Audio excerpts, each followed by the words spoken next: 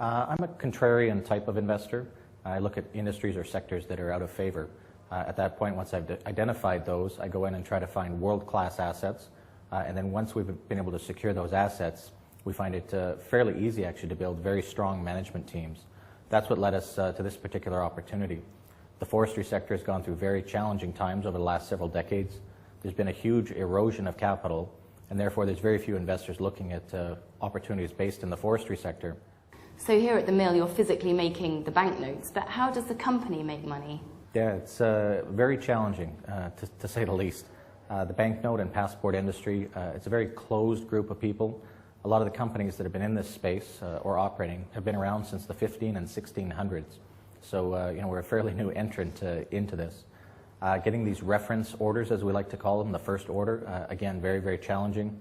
National banks and government issuing agencies for passports, very, very conservative, very reluctant to try new suppliers or to change anything, in fact. So again, getting those reference orders can take a while, be challenging, but we've accomplished that. We've got a great reference order with the Swiss franc.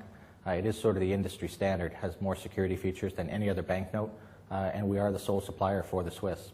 The Swiss franc is very strong at the moment, and that's causing some problems for some of the businesses that export here. How is it affecting your business? The strength of the franc over the last 3 to 4 months has definitely had an issue on our company. Due to the competitive landscape, most of our competitors are able to manufacture their products based out of euros, whereas with us in the Swiss franc, we're up 20 to 30% on our overall cost base. So it's definitely eroding margins, and it's forced us to really focus more on innovation, technology, try to offer something unique. You're already the sole provider of the Swiss franc. You make euro notes for many different European countries. Have you got any plans to expand into Asia? For sure, the banknote industry is definitely a global platform. We are considered an industry leader in technology, innovation, quality, and now quantity as well, as we've gone through a major expansion here and now have the capacity to service these countries. So we're moving into countries like India, China, numerous African countries.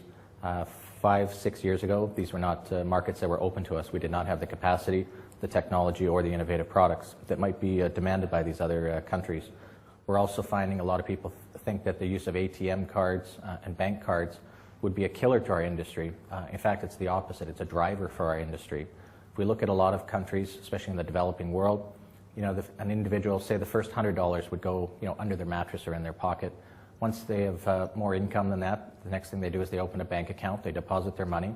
They still end up buying their fruits, vegetables, shoes, clothing off of street vendors, which don't have access or the ability to take payment in the form of cards.